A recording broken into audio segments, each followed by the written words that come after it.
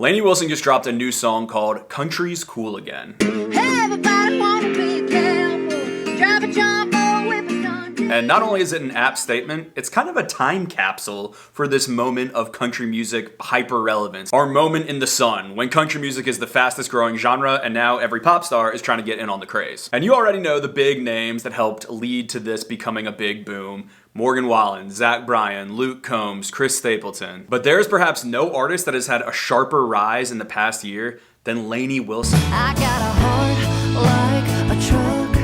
It's been drugged. Everything she touches turns to gold right now. With hit after hit, to a role on Yellowstone, to sweeping industry awards, including the Grammy for Best Country Album a couple weeks ago, to giant brand deals, Lainey Wilson is just on top of the world right now. So how did she get there?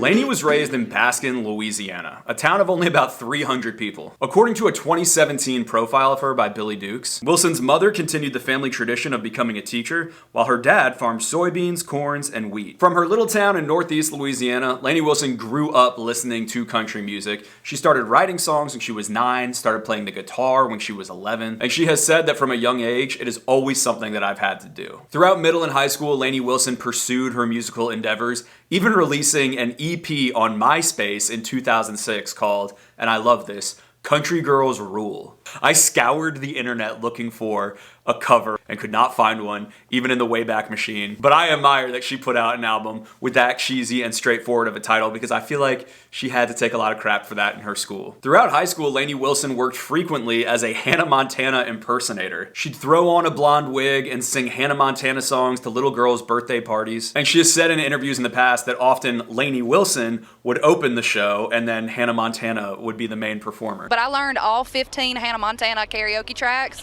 I would do birthday parties, fairs, festivals, St. Jude, you name it. I finally hung the wig up, but it made me some money though. I ain't even gonna lie, I did it for 5 years. And this is another thing I tried to find video evidence of, but I had to settle for just a bevy of photos throughout the internet. Which there are a lot of, I must say, because Lainey Wilson's Facebook has been active for like well over a decade. So she has a litany of old school, extremely millennial selfies. She's even got some of what I think are her senior pictures on there, which show a girl that had her mind set on pursuing music.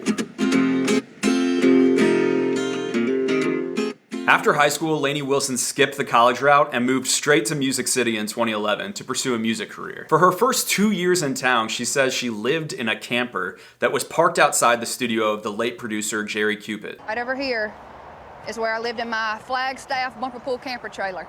The winters were cold. I'd have to sleep in 3 or 4 jackets, 3 pairs of socks just to stay warm. Who allowed her to plug in her camper for like electricity and water. For 2.5 years, I didn't have to pay rent, which was a huge blessing because I was not making any money at this time. And for years, that's kind of all Lainey Wilson was doing. Trying to write as many songs as possible, trying to record when she could afford it, trying to make connections. And the more I researched Lainey Wilson, the more I realized how much sense it makes that everyone in the industry adores her because she just put in the freaking work for many years to no great avail before she actually found some momentum. By 2016, 2017 time, Lainey had been working in the publishing world, writing songs every day. And she was starting to release more of her own music. Songs like Dreamcatcher and Tougher were starting to make some waves on the independent circuit. And Lainey was becoming recognizable, not just for her thick Louisiana accent and fun personality, but for songs that really emphasized her resilience.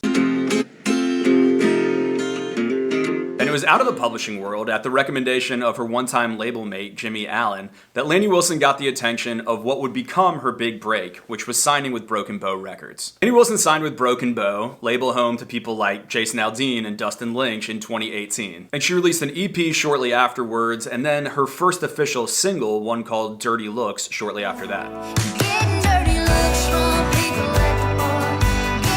But it took a couple years for Lainey Wilson's music to really start connecting on a mainstream level. And this was around the time that I remember first starting actually hearing Lainey Wilson's name. I remember people loving the song Dirty Looks, and then like a little bit after that, I remember she was in the music video for her label mate Blanco Brown's The Get Up. Take it to the left now and dip with it, don't throw down, take a sip. And then I remember thinking the song WWDD was funny because it was like, what would Dolly do? WWD, that's the bottom line for me, my girl. But in general, it was a couple years before Lainey Wilson really had her breakout mainstream music moment. In August 2020, Lainey Wilson released Things A Man Oughta Know, which became her breakout single. Yeah, I know a few things a man ought to know. This song played with the idea of Lainey Wilson knowing how to do some traditionally blue-collar masculine tasks, but then kind of turns that narrative on its head as she says, I would basically know how to treat me better, treat a woman better. This song connected in a huge way and went all the way to #1 on country radio, and ultimately led to the release of her album, Sayin' What I'm Thinkin'. This album marked the beginning of Lainey Wilson's working relationship with Jay Joyce, one of the most powerful and prolific producers in country music. Jay Joyce regularly works with guys like Eric Church, the brothers Osborne, Ashley McBryde, and he's recognizable for a bit funkier of a sound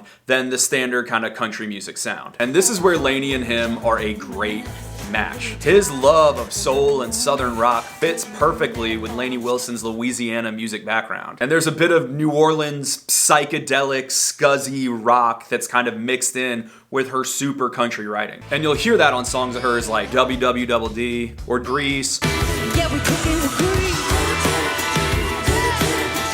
Though it's notable that most of her big singles have been ballads. It was also in 2021 that Lainey released a collaboration with Cole Swindell called Never Say Never that became a giant smash. Never say never with you, I end up together with you as hell and as hell. And it's worth noting that Lainey Wilson has been extremely savvy about the collaborations she has done. And there are a lot. She had a huge streaming hit with Muscadine Bloodline in 2020. And she's been on tracks with everyone from Lucas Nelson to King Calloway to Darren Criss from Glee to Lauren Elena. Though the three biggest of her collaborations, all of which were smash singles, were the Cole Swindell song, Wait in the Truck with Hardy. Know if he's an angel, 'cause angels don't do it. And Jelly Roll's Save Me. Something inside of me's broken, I hold on to. And it's undeniable that she's expanded her fan base substantially by appealing to so many other audiences as well.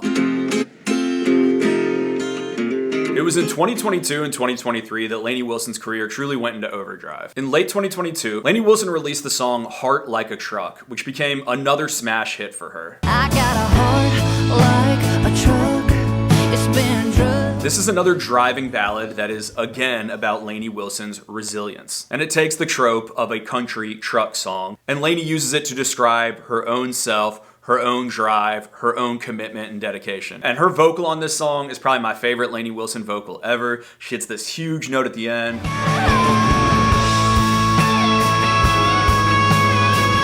Although the thing that actually blew up the song might have been a good bit shallower. Social media basically got obsessed with Lainey Wilson's butt. And granted, she does wear very tight bell bottoms often, and she had a lot of guys obsessing over it, and a lot of girls wanting to be like, wait, I've got a booty like Lainey Wilson too. And somehow this slow song became kind of a booty trend on TikTok. Lainey even released, I think, merch. It was like Lainey's dumping service. And in general, she duetted a bunch of these videos. She kind of leaned into the humor. Got a heart. Mom and Daddy didn't tell me I had another sister.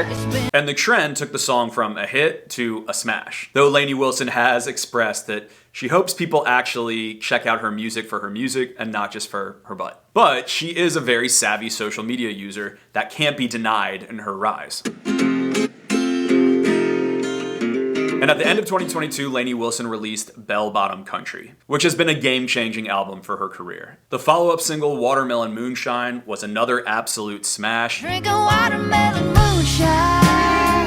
Cut the burn with a little light. And has drawn comparisons to Strawberry Wine, and That's What I Love About Sundays. But it's just a gorgeous song. It was actually one of my top hit songs of last year. And it's hard to overstate how difficult it is for women on country radio to actually have a runaway hit that climbs up the chart fast. And both with Watermelon Moonshine and Lainey Wilson's most recent single, Wildflowers and Wild Horses, I'm 5 generations of blazing a trail. they are racing up the chart, which is just behavior that, if you're a chart nerd, you never see. Now, on top of all that, Lainey Wilson also began appearing in the 5th season of Yellowstone. How does she have time to do all these things? I don't really know, but Lainey Wilson's a freaking worker. That was my takeaway from researching her for this video. I was like, damn, how do you do all of this? And tour, and record new music, and duet people talking about your butt on TikTok. You better take care of that donk. But obviously Yellowstone, the single biggest show on cable, is a pretty good look for an up-and-coming country artist. And she plays a musician on the show and gets to play her music on the show, and that introduced her to a whole other big, wide category of people. Yellowstone's also great because I really think it serves how country Lainey Wilson has wanted her brand to be. There are innumerable examples of artists that come up in country music but ultimately are quite curious about getting into the pop music world. Taylor Swift would be an obvious example, Maren Morris recently, artists like the band Perry, Casey Musgraves. They've been extremely lauded and extremely successful in country music, but then kind of gone on to other pastures. And I feel like Lainey Wilson's like, no, I like this pasture. In fact, I like pastures. I like country music and country people and country stuff. And I think the industry has felt very confident and excited about making Lainey Wilson one of the faces of the whole genre because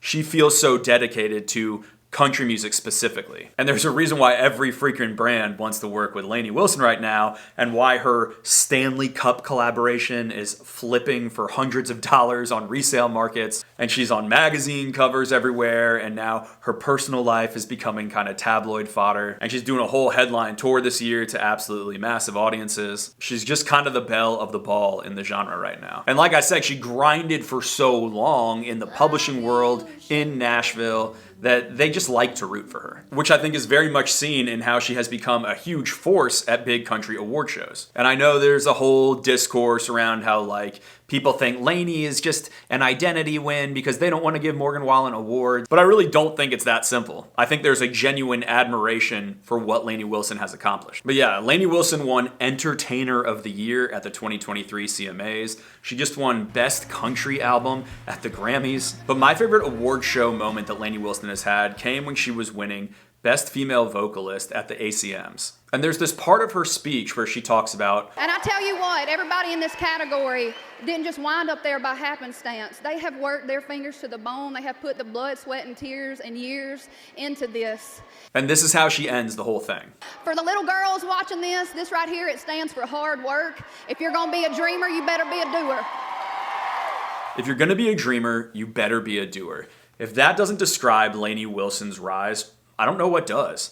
From the MySpace EPs, to the Hannah Montana wigs, to living in a camper, to grinding in the publishing world, and then to working seemingly without ceasing for the last 4 years as a recording artist, touring artist, actress, and putting out music that's actually really country, thoughtfully written. You gotta admire it. And I think over the course of researching and shooting this video, I went from liking Lainey Wilson to admiring Lainey Wilson, because she is both a dreamer and a doer. And that's how Lainey Wilson took over country music. I'd love to know your thoughts on Lainey Wilson, your favorite songs by her, your favorite career moment by her. Leave it all in the comments down below. Let me know if there's anyone else you want me to kind of do a deep dive like this on. And no promises if I do it, but I'll be back with more country content soon. All my social links, my merch, my Spotify playlist, all of that is down below. And I'll see you guys soon. Bye.